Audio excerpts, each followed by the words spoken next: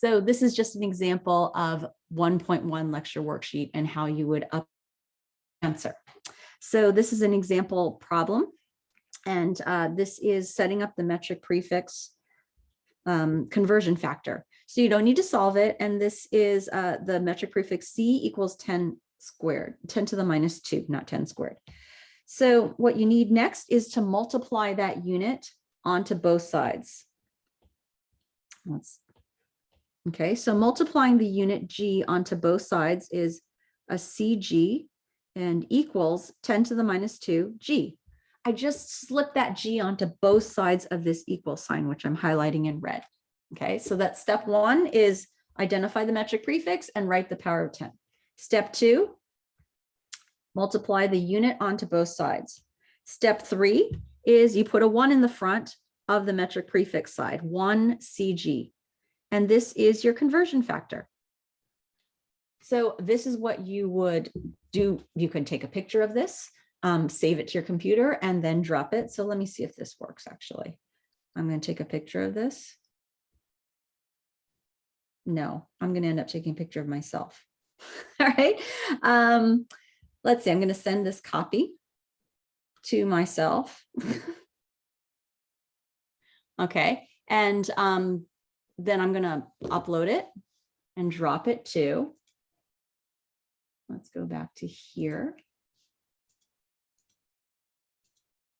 Okay, I'm going to drop it into this assignment. So this is the worksheet assignment where you got, okay, drop this in, find it on your computer and then drop it in. And that would be putting an answer in. Not for this one, because this is a different problem. This is a different problem, but chose a different one. So that is how you are turning in your worksheet assignments. This is an example of that first worksheet. Okay. Now, some people turned it in early and I graded it early and they got some feedback. And the great thing about turning in early, when I get a chance to grade it early, you get the grade and you can resubmit. So there's sort of, it's an unofficial unlimited attempts. Yeah, I got to turn it in early and I have to be able to grade it. So that I highly recommend getting those worksheets done as soon as you can after lecture, if not during lecture. Okay. I also want to show you the example lecture Quizlet. This is from,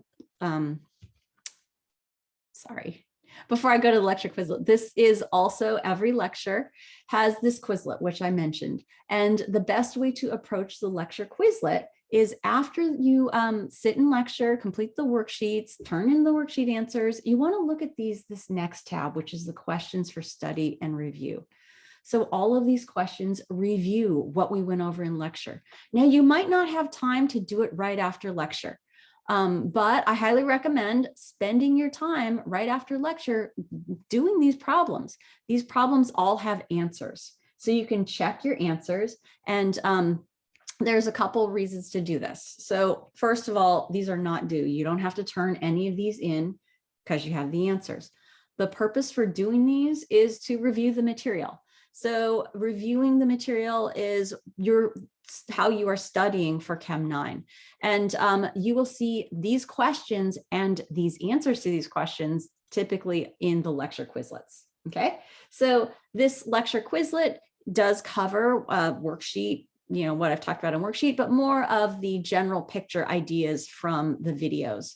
So that you want to make sure is the second tab you always look at for every lecture. There's anywhere from, let's see, maybe 15 to 20 questions for every lecture that you can study and review.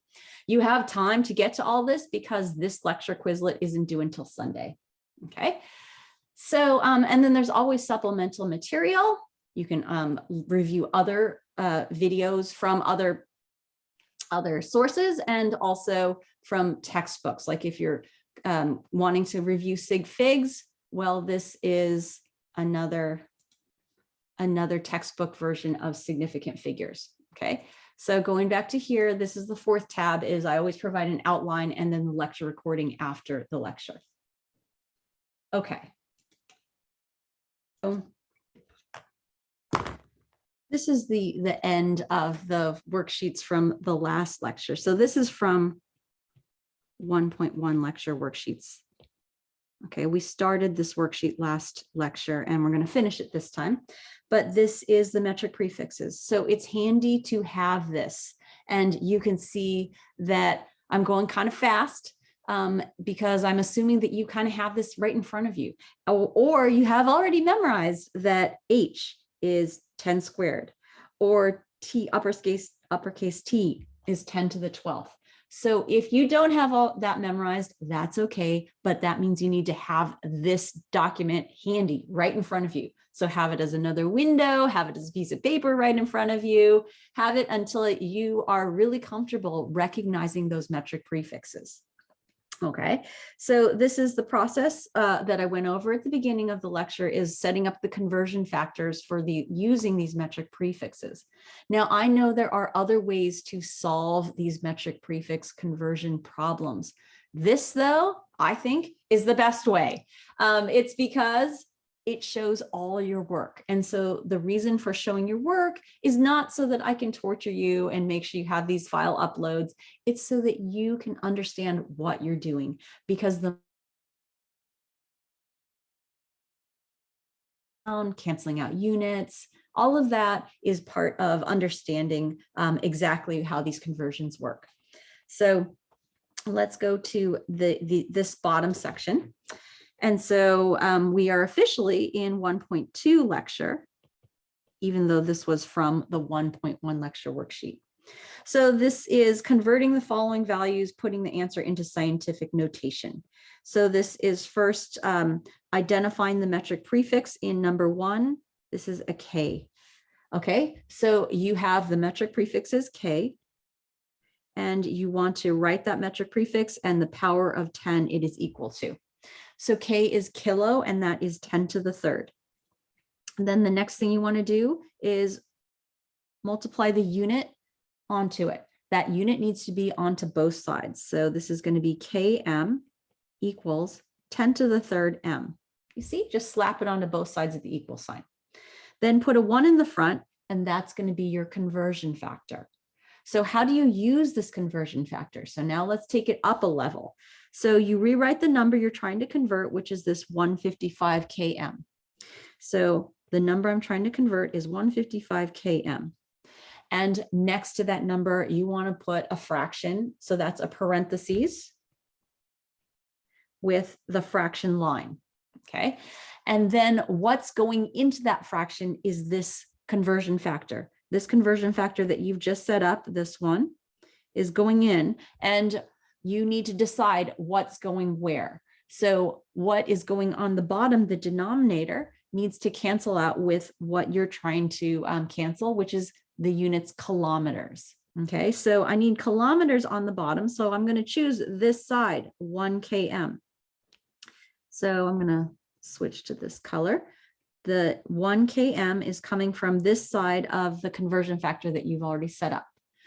On the top of this fraction is the other side of this equality. So the other side of this is 10 to the third meters, 10 to the third m. And now what you've done is you set up the ability to cancel kilometers. So canceling kilometers leaves the units that are not crossed out, which are these meters. So that's good, because when you have these units of meters, that's what you're trying to solve for, meters. So when you get the units that you're trying to solve for, you put an equal sign, you leave a whole bunch of space, and put the units that you canceled out to. So the units of meters go all the way out here, leaving all that white space. What's all that white space for? It's for the numbers. Okay, so the units need to go off to the right. On the far right, leaving space for the number. The number is this 155. I'm going to underline this in a different color. The 155 and times 10 to the third. It's also divided by 1, but you can get rid of ones. Okay, so 155 times 10 to the third. And now we want to put this into scientific notation. So scientific notation has to be more than 1, but less than 10. 155 is more than 10. So we need to put a decimal here at the end of 155 decimal, then move that decimal over so that we have 1.55. Okay, 155 to 1.55, that coefficient goes down, gets smaller. So the exponent part needs to get bigger. So this is lower by 2 powers of 10. So this 10 to the third needs to increase by 2 up to 5. Okay, you also want to keep the units, and this would be the answer in scientific notation, 1.55 times 10 to the 5th meters. Okay, so let's take a look at number 2. Number 2 is this 155 meters equals how many km? So I can identify first, this is the metric prefix, which is K. There's this M is the meters, and so we can actually use the same conversion factor. This is 1 km equals 10 to the third M. What's going to be different this time is what is going where to cancel the units. So the answer that we're going, or the question starts with 155 meters. So rewrite the number and then put that fraction, so the parentheses with the horizontal fraction line, and then decide what's going on the bottom of that fraction. So what's going on the bottom needs to cancel with this unit M. So I'm going to choose of this side, 10 to the third M. Okay, so this is going on the bottom here, 10 to the third power M. And then what's going on the top of this fraction is the other side of that equality, which is 1 km. Okay, so in setting it up that way, this allows canceling this meters in the bottom of the fraction with that meters that you're trying to get rid of the units in the question. Okay, so let's see what's left. Okay, so we have the units that are left are km. That's good because that's what you're trying to solve for. So once you got to the units you're trying to solve for, put an equal sign, leave a whole bunch of white space, and over on the right, write the units that are remaining, which is km. And that's what you're trying to get to. Okay, so now let's write the numbers. The numbers are 155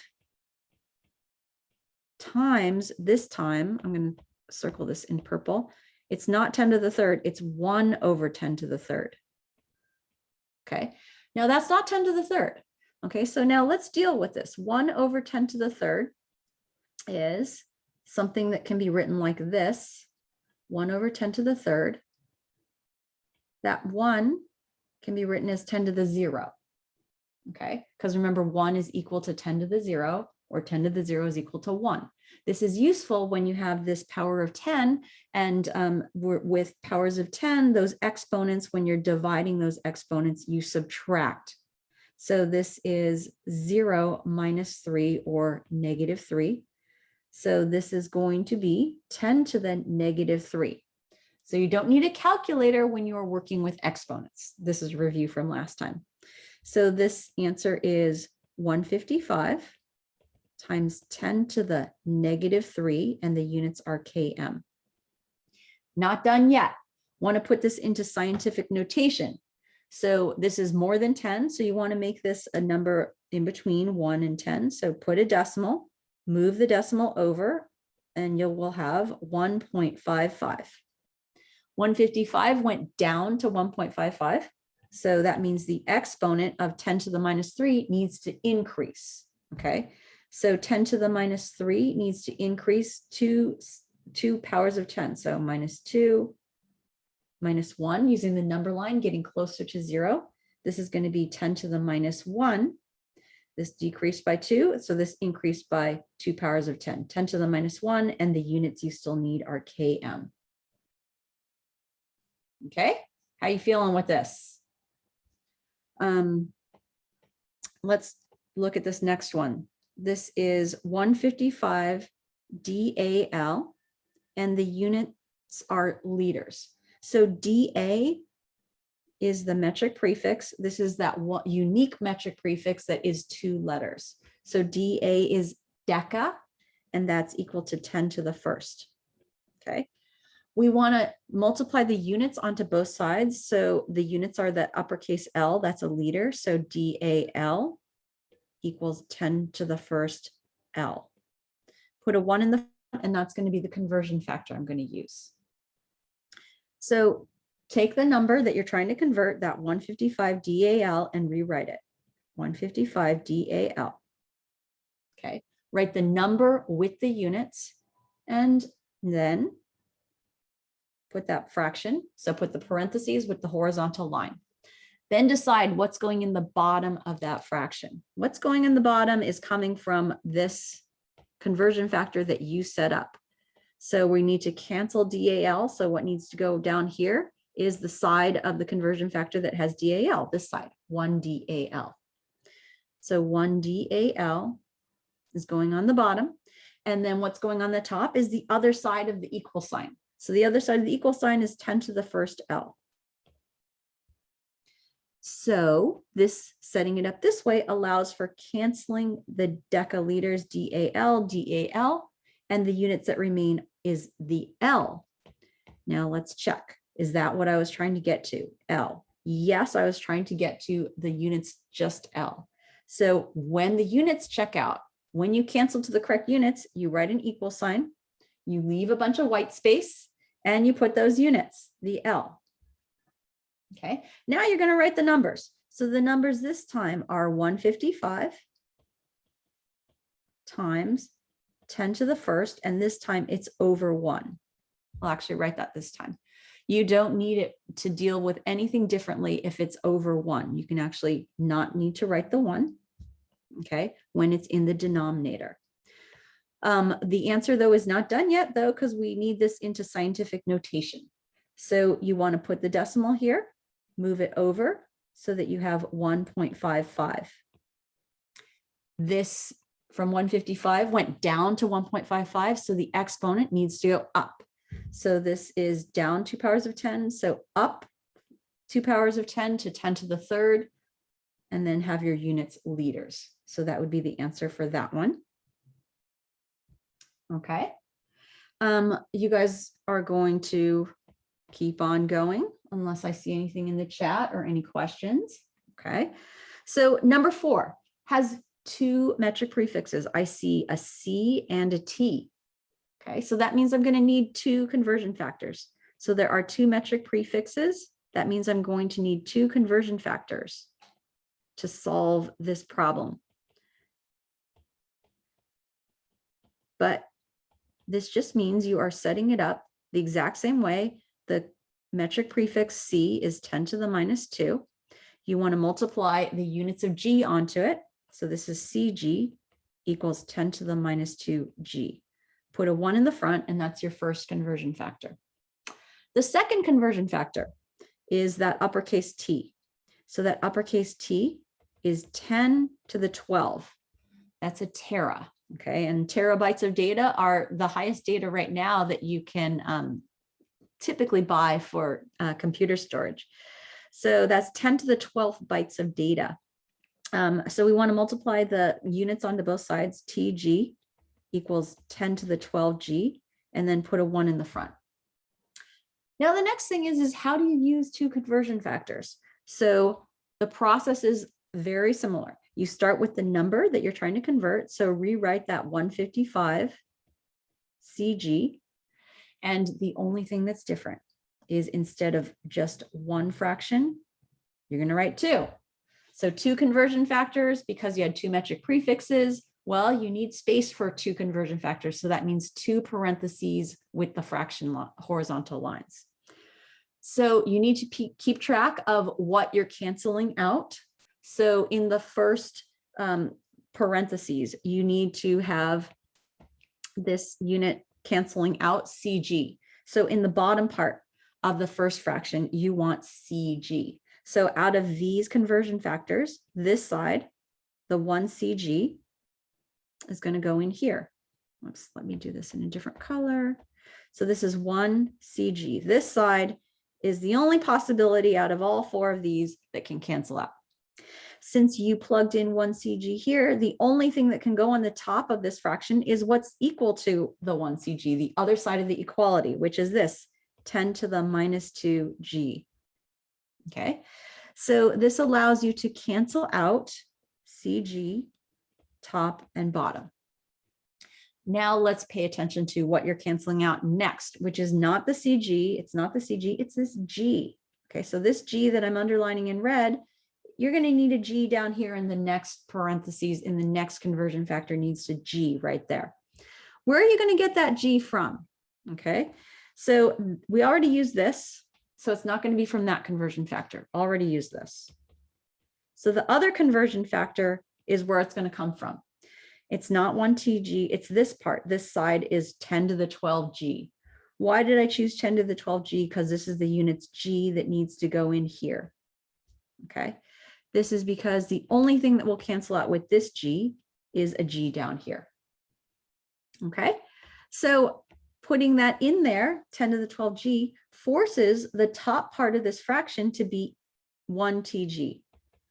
Okay, if you set that up correctly, that means that the units that remain are TG. This is good. This is the only thing left. That's good because that's what I was trying to solve for. Okay, so once the units are set, the TG, that's what you're trying to get to, then you can look at the numbers. Okay, so I'm going to actually scroll down a little bit. So this is going to be 155 times on the, this is going to be TG. On the top, circling this in green, you have actually something on the top, which is 10 to the minus 2. And then something on the bottom, which is 10 to the 12. So 10 to the minus 2 over 10 to the 12. Okay, how to handle that? Well, when you have the powers of 10 and you are dividing these powers of 10, I'm going to rewrite this in blue because the light green is a little hard to see. 10 to the minus 2 over 10 to the 12. You subtract those exponents. So subtracting those exponents is going to be minus 2 minus 2 minus that 12 or negative 14.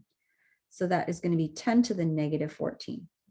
Okay, so this is going to be 155 times 10 to the negative 14, and the units are TG. We want to finish this off by putting it into scientific notation. So that means put a decimal, move it over 2, so that your number becomes 1.55. 155 went down to 1.55, so the exponent needs to increase.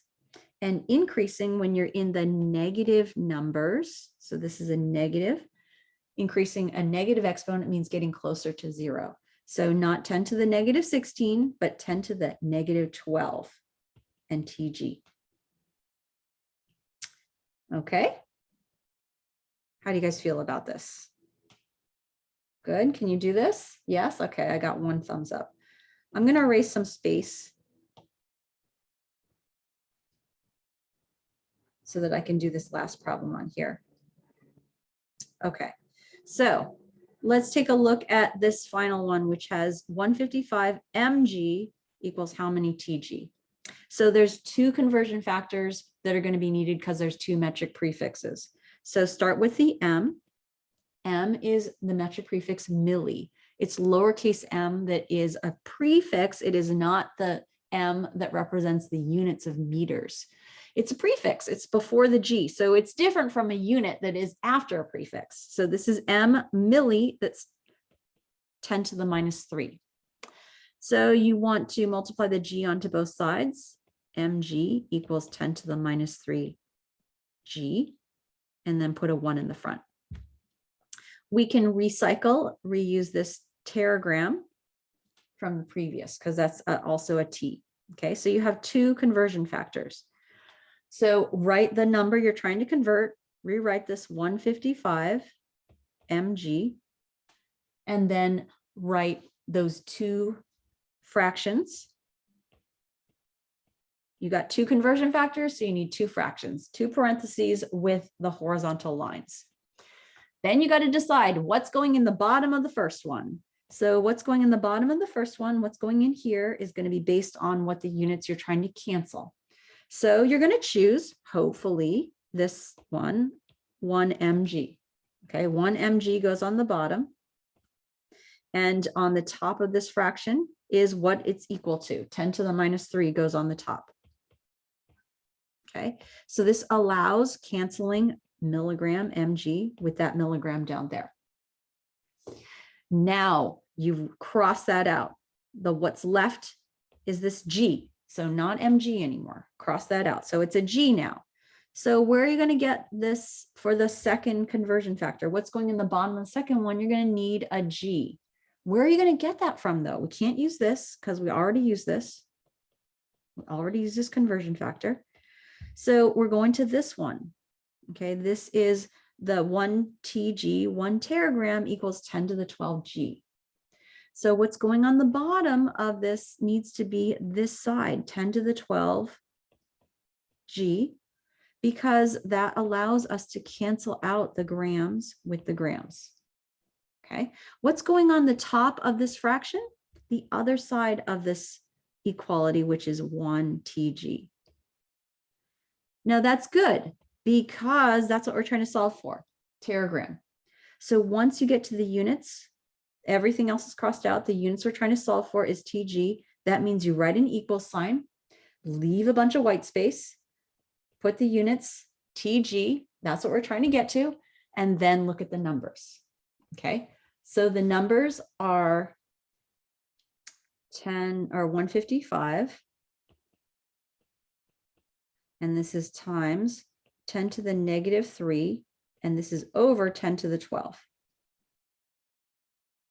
So this is exponents where they're being divided. So you need to subtract the exponents. This is minus 3, minus 12, and that's negative 15. So this is 155 times negative 15 TG. Okay, so now you want to put this into scientific notation. So that means put a decimal, make this a number more than 1 less than 10, 1.55. And the number 155 went down to the coefficient 155 went down to 1.55. So the exponent needs to increase. Increasing in the negative exponents means getting closer to 0. So not 10 to the negative 17, but 10 to the negative 13 and TG. And that would be your answer in scientific notation. And Holland already got the answer. Yay, good. Those metric prefixes. So the metric prefixes that we were working with and also the conversion factors that we're about to work with, those were the lecture worksheet, the first set of lecture worksheets in 1.1. But I also have put them here in reference materials. So this is in modules of the Chem 9 homepage. And this box will always be at the very bottom, which is reference materials. So that's the Chem 9 cheat sheet. I'll show you this from the first day. And so that has everything that typically is memorized for Chem 9. But going back, this is the reference materials. Okay, so these are what we're going to be using for the conversions from the SI units. Those are the units that are typically used internationally, Asia, Europe, that stands for System International, and that are typically associated with a metric prefix, like a centimeter or a milligram. And that's in contrast to what's used in England and the US. That's the English system. So you don't have to memorize any of these conversion factors, but you do need to know where to find them. Okay, so this is Appendix 1, and I'll show you again where it is. It is here in reference materials. And I realize now that I need to put in this metric prefix conversion factors. So this is the one that are conversion factors that you set up. I'm showing this on the screen here. Conversion factors that you set up with the metric prefix. I'm actually going to put this as in the reference section so that you always have this handy, the metric prefix symbol and the power of 10. Okay, so let's go now though to the worksheet and do some of those conversions. Okay, so this is 1.2 lecture worksheets, and we're going finish these metric prefix conversions. sig figs we looked at last time, but we're going to start rounding our answers. The calculated answers from the calculator are super long. I'm going to start rounding them using significant figures. So that's from the first lecture, is understanding what significant figures are. So this is the conversions between units. It's a stepwise process that there's different ways to solve a conversion factor problem, but I recommend this way because it is a way to show your work. And that's the goal, is the more you write down, the more work you can write down, the more this is being activating a pathway to your brain, directly to your brain, that you're more likely to remember this. I don't know if you've ever written something down to try to remember it. For instance, when I'm going to the grocery store, I write the things down that I want to buy, and then I forget that list. Have you ever done this? I forget the list, but somehow miraculously remember just about everything I wrote on that list. Why? Because there are studies that show when you write something down, that actually forces that straight into your brain. So the more you can write down, the better off you are. So that's why this process, it is not only a way to show your work, but it also helps you learn the process. Okay, so conversions between units. When you have a problem where you are given a unit and asked to convert it. So this is an example, a 5 km road race. Okay, is how many miles? So this is a known value, 5 km. So it's a known value 5 with the units km. They're asking you to convert it to a new unit, which are miles. Okay, so the first thing you want to do is find a conversion factor from Appendix 1, and that conversion factor should have both those units. Okay, so it should have both those units and the units of km and miles. And miles for short is mi. So this is given, I don't have it on here. I thought I had it at the top. I don't. Okay, so looking for a unit that has kilometers and miles. I am finding this one that is 1 mile equals 1.609 km. So it doesn't matter which side the km units are on or which side the miles are on, as long as your equality has both of those units. Okay. So let me show you actually where this was. So again, where are you looking to find these conversion factors? This is in Appendix 1, and this is where I found this, is that 1 km is 0.621 miles. That also works, but I ended up using this one. 1 mile equals 1.61 kilometers. I actually had written 1.609. It doesn't matter which one you use. You can use this 1 km equals miles, or this 1 mile equals kilometers, as long as you have both units. Okay, so going back to the iPad.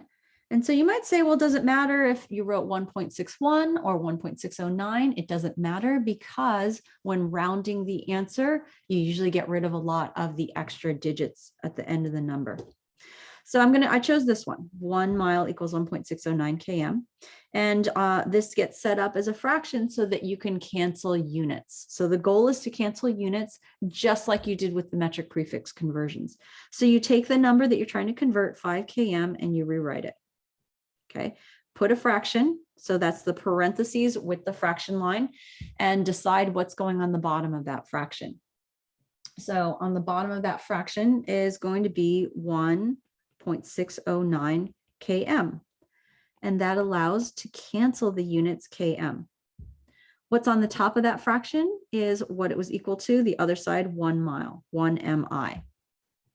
So now that you have the units miles, which is what you're trying to get to, you can write the equal sign, leave a whole bunch of white space, and then put the units miles. Okay, so that's the units you're trying to get to. And once you are there, you can go to the calculator. So you might be saying, this is a lot easier than the other one, because you are not setting up the conversion factor. You're just looking for the conversion factor this time, but the process is the same. You are canceling units and going to the correct units and then go to the calculator. Now this time, what are you putting in the calculator? Okay, so this is going to be 5 times 1 divided by 1.609, or for short, 5 divided by 1.609 is going, I'm going to write the entire number from my calculator, which is a long number, 3.107520199. Why did I write everything from that calculator screen? Because we haven't learned yet, I will, about rounding a number based on significant figures. So for now, write the entire number from the screen. Okay, so write the calculated value.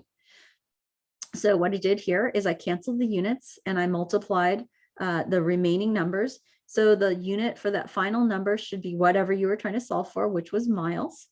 And then I went across multiplying and dividing the number values. Okay, you want to make sure that that answer makes sense. It shouldn't be too big or too small. It should also have the correct units, and it should absolutely have units in the first place. Many times you think that the answer is done when you just write the number. It's not done at all, because the number 3.107520199 can be different meanings depending on the units.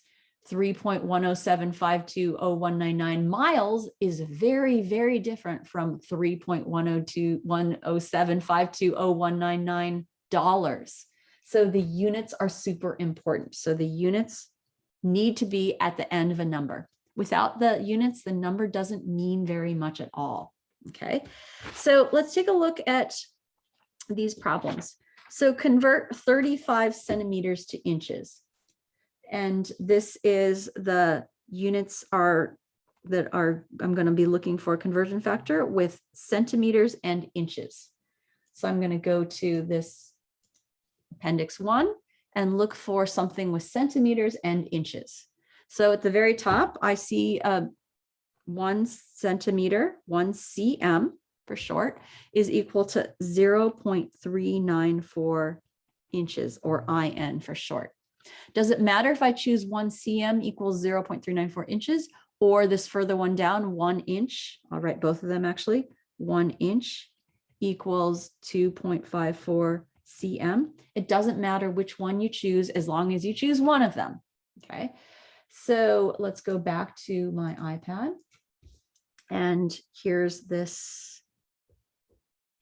Okay, so I'm going to use one of these conversion factors to solve this problem.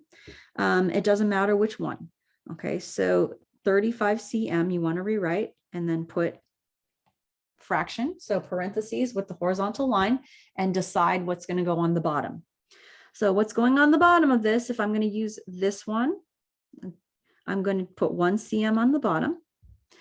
And then on the top is 0.394 IN. So this one is actually useful to put on the bottom compared to 2.54 cm, because then there's a 1 at the denominator and I don't need to deal with that dividing a number in the denominator. So the units that remain is this, inches, IN. So that's good. That's what we're trying to solve for, inches. So once you get the units set, you put an equal sign, leave a bunch of white space and write IN. Okay, so then I'm going to the calculator once the units are set, and what I'm putting in the calculator is going to be 35 times 0.394.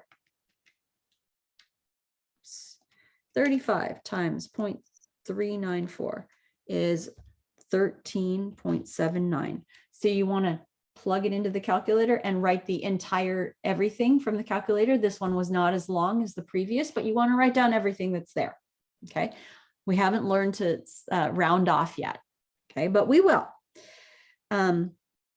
So don't round off yet. Okay, we will get to that.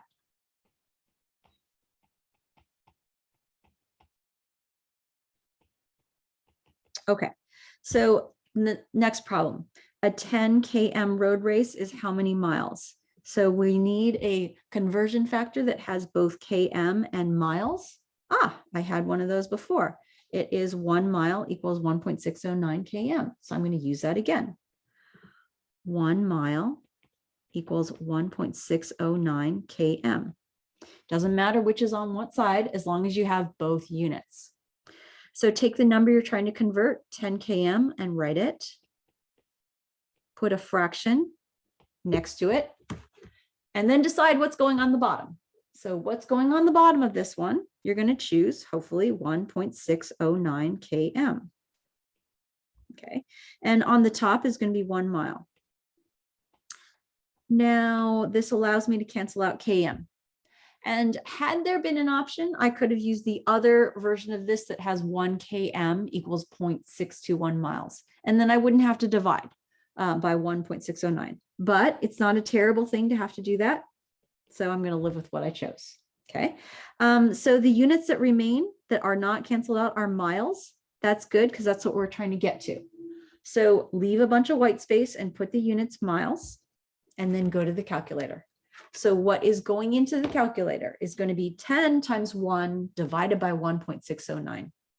So 10 divided by 1.609 is going to be this long number, which I'm going to write down all of it, 6.215040398.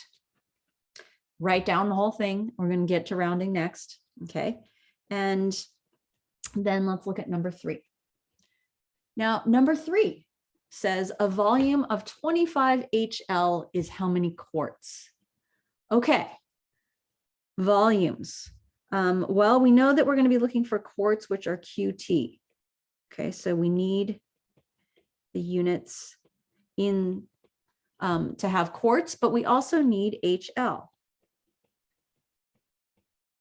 The thing is, you are not going to find on this appendix 1, you're not going to find anything in volume that has QT and HL. I see liters, I see quarts, QT, but why are you not going to find anything with HL? Because H is a metric prefix. And when you have a metric prefix, you need to set that conversion factor up. Okay, so I'll get to that metric prefix again, but first, let me write down what I have from Appendix 1 that does have liters and quarts, okay? So from Appendix 1 that does have liters and quarts, I'm going to write it down before I go back to my iPad on the screen. From Appendix 1 that does have liters and quarts, what do you guys see? I see 1 liter equals 1.057 quarts, 1.057 QT. You could also choose 1 QT equals 0.946 liters, but it doesn't matter as long as it has both liters and quarts. But let me go back to that you're not going to have HL with quarts. The reason is because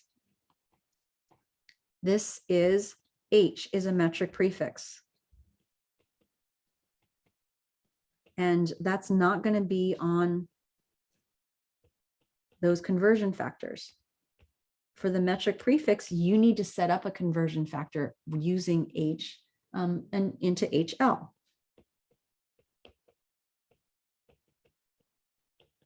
So you need to set up this conversion factor. And how do you do that?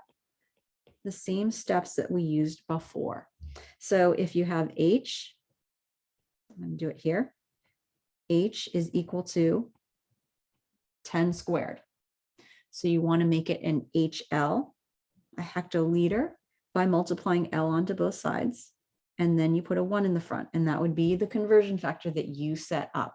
So when you have a metric prefix, like here, you need to set up that conversion factor. You're not going to find it on the Appendix 1.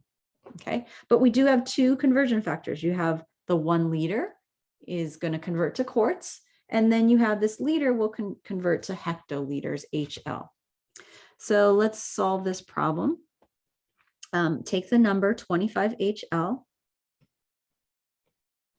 and I see 2 conversion factors. So that means you're going to need 2 fractions. You're going to need 2 parentheses. And then you're going to need to decide what's going in the bottom of the first one. Okay, so what's going in the bottom of the first one? You are going to need to cancel out HL. So on the bottom of the first one, you need HL. Where are you going to get that from? Okay, so of the options, not this one, but this one, this is 1HL. What's going on the top of this fraction is what this is equal to, 10 squared L. Okay, so that allows you to cancel out HL. And then you have on the bottom of the next one, you are going to need to cancel the new unit L. So on the bottom of the next fraction, you need L. It's not going to come from here because you already used that one. Okay, so it's going to come from this one that I'm boxing in red. And what you're going to put on the bottom of that one needs to have an L. So I'm going to choose 1L, 1 liter on the bottom. What's on the top of this fraction is what that other side is, which is 1.057 QT. So you're going to want to cancel the liters and liters. What remains, the units that you have not crossed out, is this QT. That's good because QT, that's quarts. That's what you're trying to solve for. So when the units are set, you can write an equal sign, leave a bunch of white space, and write the units QT. Okay. So once the units are set, then you can go to the calculator. Now, what's going into the calculator? You could put in 25 times 10 squared times 1.057 divided by 1 divided by 1. Okay. Or you could put in 25 and then pull out times 10 squared, and that'll keep it in scientific notation. And then just have in your calculator 25 times 1.057. So 25 times 1.057, which is 26.425, okay, times 10 squared quarts. So that's everything from the screen, and it's still got the 10 squared in there, and you don't divide by 1, those evaporate away. Okay. Thank you for answering that, Olivia. So this is for now. Keep everything on that screen. And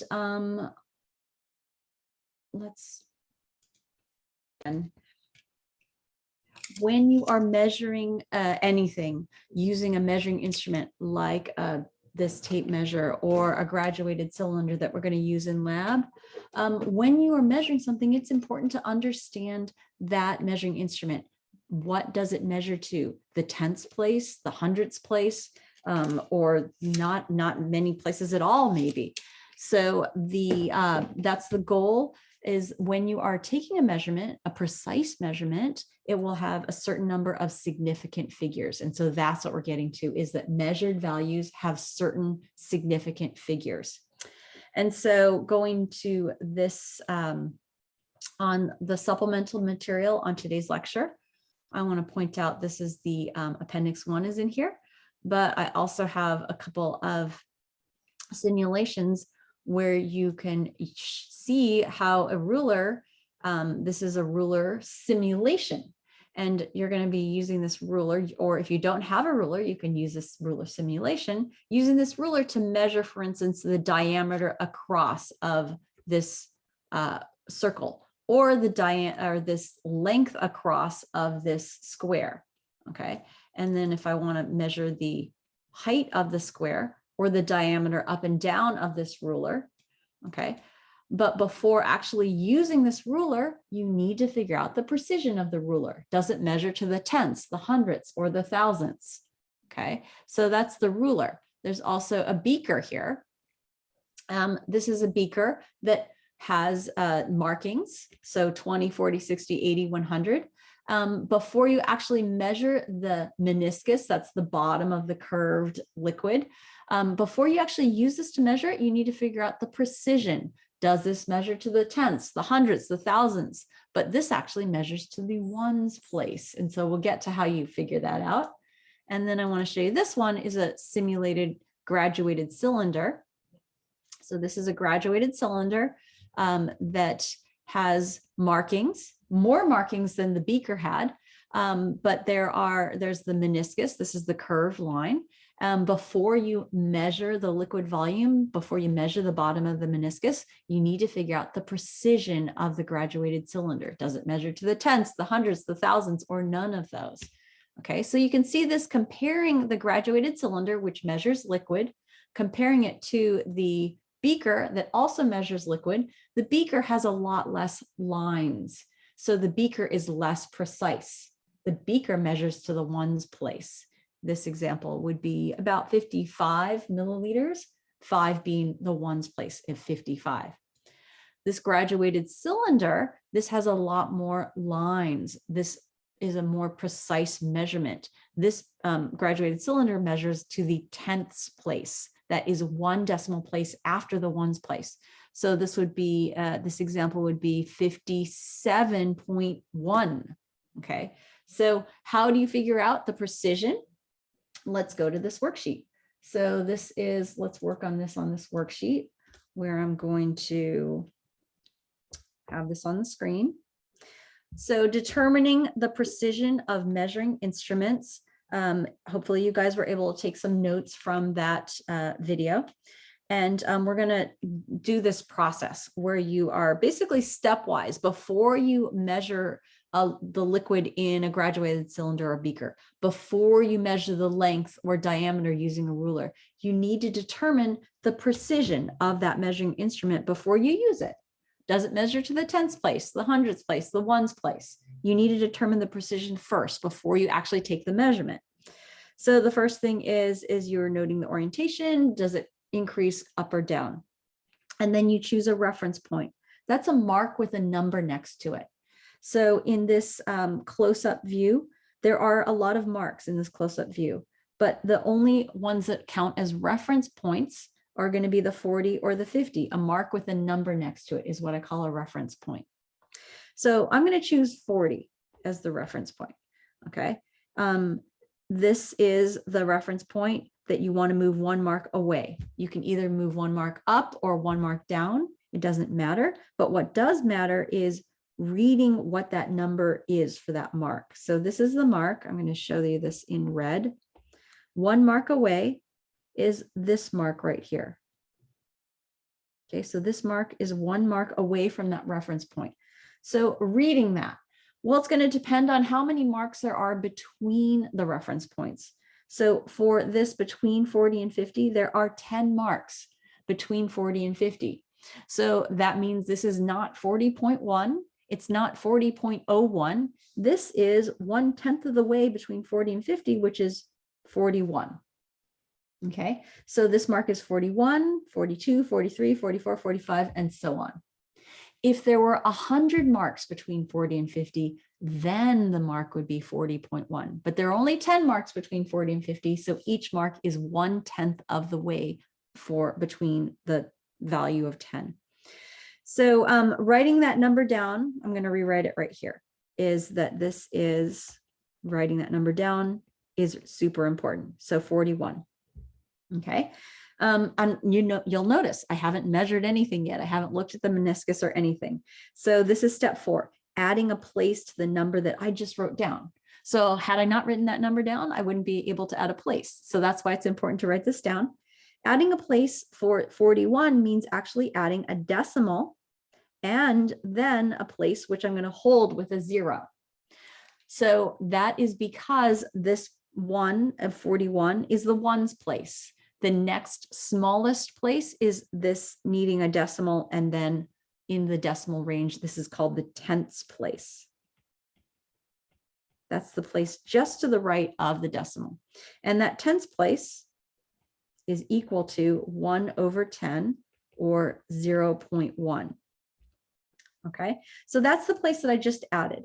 I added it by holding it with a 0, but it is equal to 1/10 or 0.1.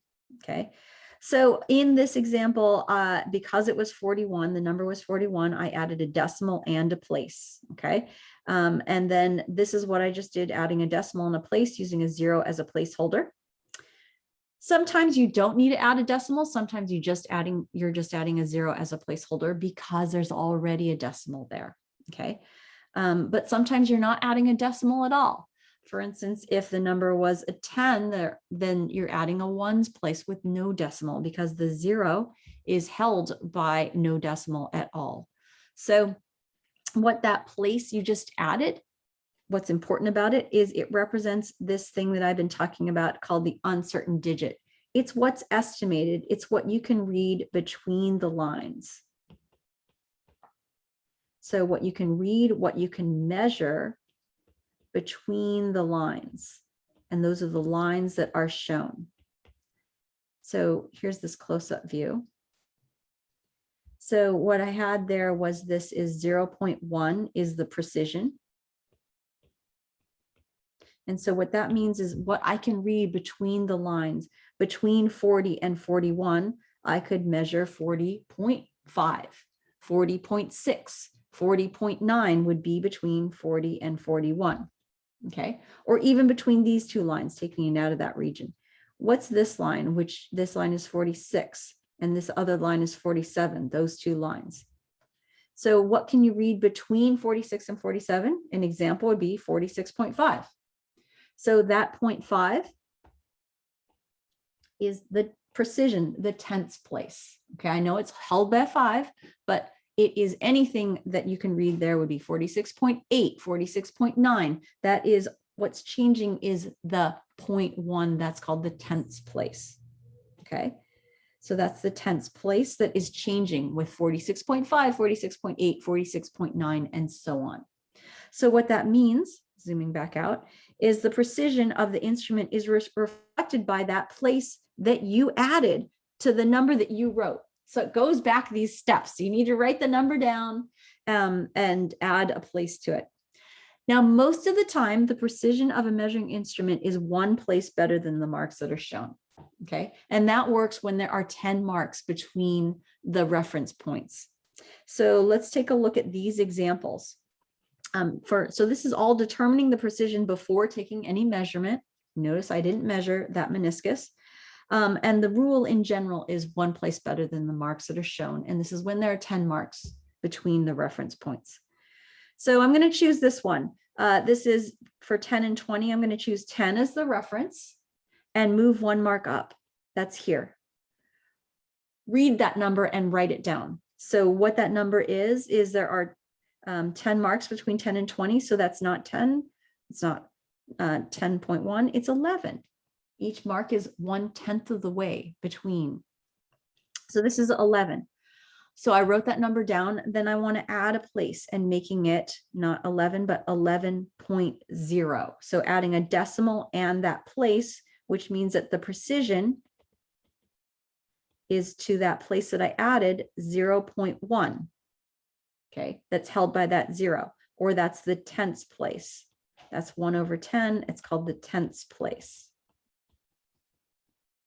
Okay, now that's different from this example next to it, which I'm going to fill this out and write that as a 5. So this is a 14 and a 15. So choosing a reference point, I'm choosing 14 instead of 15 because I want to move 1 mark up. And if I chose 15, I can't move 1 mark up. So moving 1 mark up is this mark right here. And what is that mark? It's not 14. It's not 15 because 15 is up there. There are 10 marks between 14 and 15. So each mark is 1/10 of the way, and this would be 14.1. Okay, so now here's writing that number down and adding a place, which I'm going to add in red. Adding a place is going to be held by that 0. This time when I added a place,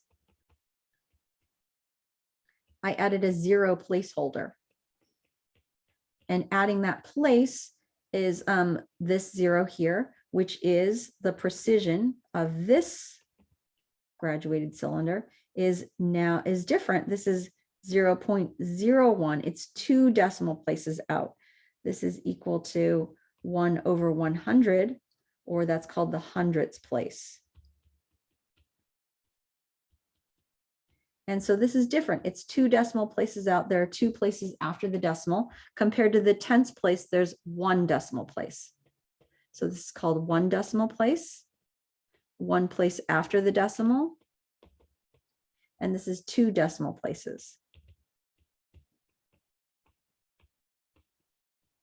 Okay, so this precision is to the hundredths place. So when you go to take the measurement, this would be read to the hundredths place, 2 decimal places out. So the reading on this meniscus, which is the bottom of it here, Okay, this is going to be 14.55, and ml are the units for liquid volume. So that's, I'm going to add that, units for liquid volume. And that's what's measured by a graduated cylinder. And that's what's shown here. Compared to this first graduated cylinder, which is the precision is to the tenths place. When I look at the bottom of this meniscus, this is a reading that I drew this line across, and it comes to 11, 12, 13, 14. It's between 14 and 15, so 14.5. Not 14.55, because you only get to go to the tenths place. Not any better, but not any worse than that. And so that's going to be 14.5, and add the units of milliliters. Okay, so notice that this answer gets to be 1 decimal place. This answer does not get to be 2 decimal places because the precision is only to 1 decimal place, the tenths place. Compared to this answer that's 2 decimal places, because it's a more precise graduated cylinder, it measures to the hundredths place. Okay, the hundredths place, or 2 decimal places out, so 0.55. Okay, so I'm going to scroll down and we're going to do some of these examples, more examples. So this says determine the precision and then the measurements on each of these measuring instruments. So what you have here is a graduated cylinder. This is a 100-meter graduated cylinder. So you want to choose a reference point. I'm going to start with 20 and then move 1 mark up from that. Okay, so this mark here is what you're going to read and write down the number. What is this number, this blue line? Well, that's 21. Okay, so write the number down and then add a place to it. So this is not going to be just 21, but 21.0. Use a 0 to add a decimal, and then use a 0 to hold the place right next to the ones place. And then that means the precision is to 0.1, or the tenths place, 1/10. Okay, so that means that what you can read between the marks between 21 and 22 is the tenths place. It would be 21.5 or 21.6 or 21.7. It is 1 decimal place out.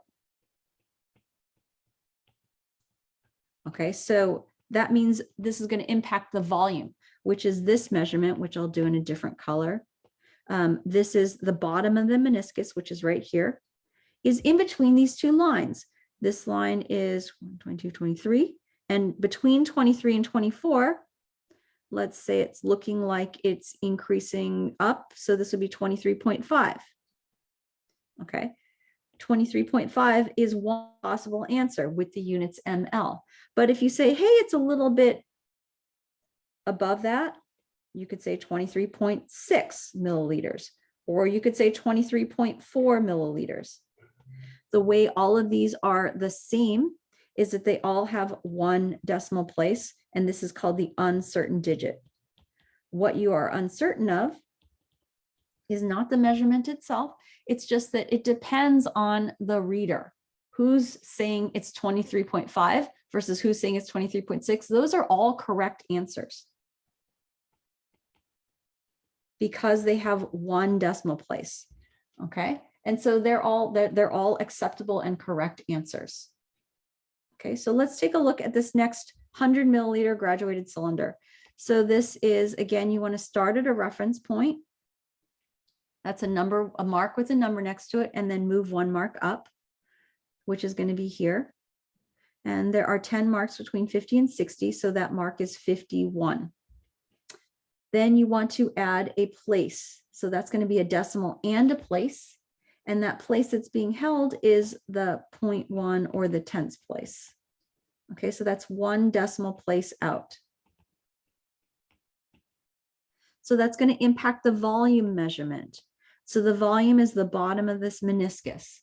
And the bottom of that falls right on this number 56. This right here is 56. Now, if it's right on the line 56, right, that's the bottom of the meniscus, you represent that 1 decimal place. How do you make sure you represent that 1 decimal place? by adding a decimal and a 0. Okay, so it's not just 56, but it is 56.0. And that is because this point and that 0 indicate that the thing you used to measure 56.0 was precise to the 10th place. Okay, and so this number has 3 sig figs compared to 56 that only has 2 sig figs. So a number has sig figs based on how it was measured, what it was measured with, how precise it was. Okay, so let's take a look at the other possibilities. You could have also written that this would be another possibility. You could have said, well, it's just above 56, so 56.1 milliliters. What both of those answers have in common is correct. They are both 1 decimal place out to the 10th place. And why they're different, 56.1 and 56.0, is because of the uncertain digit. Okay. So let's look at this other 100 milliliter graduated cylinder. This is a little tricky, but don't be fooled. It is marked off 65, 70, 75, and 80. 70 is what I'm going to choose as my reference. And then 1 mark up is 71. What's tricky about it is they marked off 75. So there's not any extra marks. There's still 10 marks between 70 and 80. So when I write 71, I'm going to add a decimal and a place. And so this is a precision is to the 0.1, or again, that 10th place or 1 decimal place. So that's going to impact the reading of the volume, which going to the purple is to read the bottom of this meniscus, which falls right on 76. So if it falls right on 76, don't just write 76. You want to add that 1 decimal place, so 76.0 and the units of milliliters. Or you could write 76.1 milliliters, okay, as long as you have 1 decimal place there. Now for this example, this is a metric ruler, and what we're going to measure is this red box. So first you want to choose a reference point. I'm going to choose 1, and moving 1 mark up, this mark is 1.1. Okay, adding a decimal place to this is already a decimal. So I don't need to add a decimal this time. I just need to add a 0. So that's what I added here is this place, which is the precision is 0.01, or the hundredths place, or 2 decimal places out. So this is the 2 decimal places out. That 0 is the hundredths place. So in looking at the length of this line, that's here, that's coming to the 2.123, in between 2.3 and 2.4, so 2.34 cm, or you could write 2.35 cm, or you could write, there's a 2.33 cm. What all of these have in common is they all differ with the uncertain digit, which is 2 decimal places out. That's the uncertain digit. Okay, but they are all correct answers. And then finally, this thermometer is measuring in degrees Celsius, and the degrees Celsius is just the units. The process is still the same. You want to take the reference point 35, I'm going to choose, and then move 1 place up. And there are 10 marks between 35 and 36. So this is not this next line over is not 36, but it's 35.1. Each mark is a 10th of the way. So adding a place to that, 35.1, will make it 35.10. So the precision is to the 2 decimal places out, the hundredths place. Okay, so that's the hundredths place, that's 2 decimal places out. So that will impact the reading of not that red, but this end of this black line, which is between, this is here, moving this, the black line. This is 36.5, and then between 0.5 and 0.6 is 36.55 degrees Celsius. Or you could say it's a little bit more, 36.58 degrees Celsius. or any of the possibilities in between. The way they are different is at that uncertain digit, the 2 decimal places out. Okay. Now, this is for all of these. I'm going to zoom out. All of these are examples of measuring instruments that have lines. So the graduated cylinder, the ruler, the thermometer, they all have lines. Well, when you have an electronic balance like this, there are no lines. When you have no lines, you don't get to determine the precision because you can't do any of this process of finding the reference point and moving one mark up. So the precision is simply based on the measurement itself. You can see that this measurement is 3 decimal places out. The mass measurement is given. Okay, so this is given as 4.144 grams. Well, that 3 decimal places out represents 0.001 in grams, or this is 1/1000. That's the thousandths place. And so that's 3 decimal places out, represented by the measurement.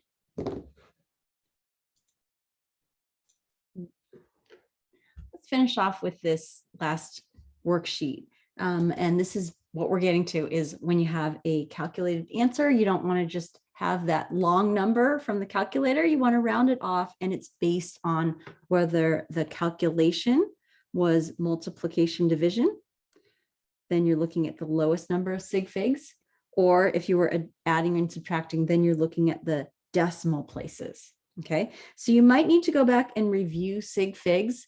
And the main difference with sig figs is those zeros. You're either talking about a leading zero, which is never significant, a captive zero, which is always significant, or a trailing zero, which is only significant when there's a decimal. Okay, so you can review that from the previous lecture. So first, when you're given the calculation, you want to calculate it. So 56.55 times 0.92. You want to write the raw number. So that's 52.026. Then you are looking at the original number values. This 56.55 has 4 sig figs. This 0.92 has only 2 sig figs because this leading zero is not significant. Okay. So zeros at the left, never significant, even when there's a decimal. So our answer needs 2 sig figs. Go with the lower number. So we're going to round this to the 2 sig figs are going to be the 52, the 5 and the 2. And the next digit is a 0. So you're going to round this and keep this 52 just as it is. There's no units because there are no units with those numbers. Okay, so leave it at that, 2 sig figs. The next is 1.35 meters times 2.467 meters. So I'm actually going to write the units first, which are meters squared. Left a whole bunch of white space. Okay, so meters times meters, meters squared units, and put this into the calculator, 1.35 and then 2.467. That's multiplied, and the number is 3.33045. So because this is multiplication, I'm looking at sig figs. That was also the case with the last one. I don't think I mentioned that. So looking at sig figs, this number has 3 sig figs. This number has 4 sig figs. So our answer needs the lower value. It needs to have 3 sig figs. You might ask why. Why is it becoming less accurate, less precise? Because when you are thinking about where these numbers came from, it's based on measurement. So your measured values have a certain precision based on their and reflected by the significant figures. And so you cannot have a calculated answer more precise than the original numbers, which were real numbers that were measured. Okay. So this is the 3 sig figs are going to be the 3, and the 3. The next digit is a 0. So you're going to hold this at 3.33 and keep the units meters squared. So for the next one, I've got meters squared divided by meters. So leaving some space for the number, the units are just going to be meters. So 155 divided by 40 is the raw number 3.875. Okay, so for division, you are also looking at sig figs. So this is 155 has 3 sig figs. 40 has only 1 sig fig. So this is 40, that 0 is an example of a trailing 0 with no decimal. So a trailing 0 with no decimal is not significant. A trailing 0 when there is a decimal is significant. So our answer needs to have the lower value, which is going to be 1 sig fig. So this is a 3, which would be the 1 sig fig, but the digit afterwards this time is an 8. So this needs to round up to 4. That's the 1 sig fig, and still have the unit of meters, 4 meters. Okay. So for this next one, I've got 50.5 grams minus 5 grams. The units this time are not grams times grams, but minusing, subtracting, you keep the same units, grams. So this is subtraction this time. So for subtraction, you're looking at decimal places. So this is first the raw number, 50.5 minus 5. Oops, 50.5 minus 5 is the raw number 45.5. That's the raw number. It's not the final answer though, because in subtraction, you're going to look at decimal places. So how many places there are after the decimal is generally going to be when we're talking about decimal places. So this is 1 decimal place, 50.5 has 1 decimal place, or DP for short. This 5 has no decimal places. So I'm going to put no or 0 decimal places, 0 DP. So our answer needs to have the lower value. The answer needs to have the lower value, which is 0 decimal places. Okay, so this is the raw number is 45.5.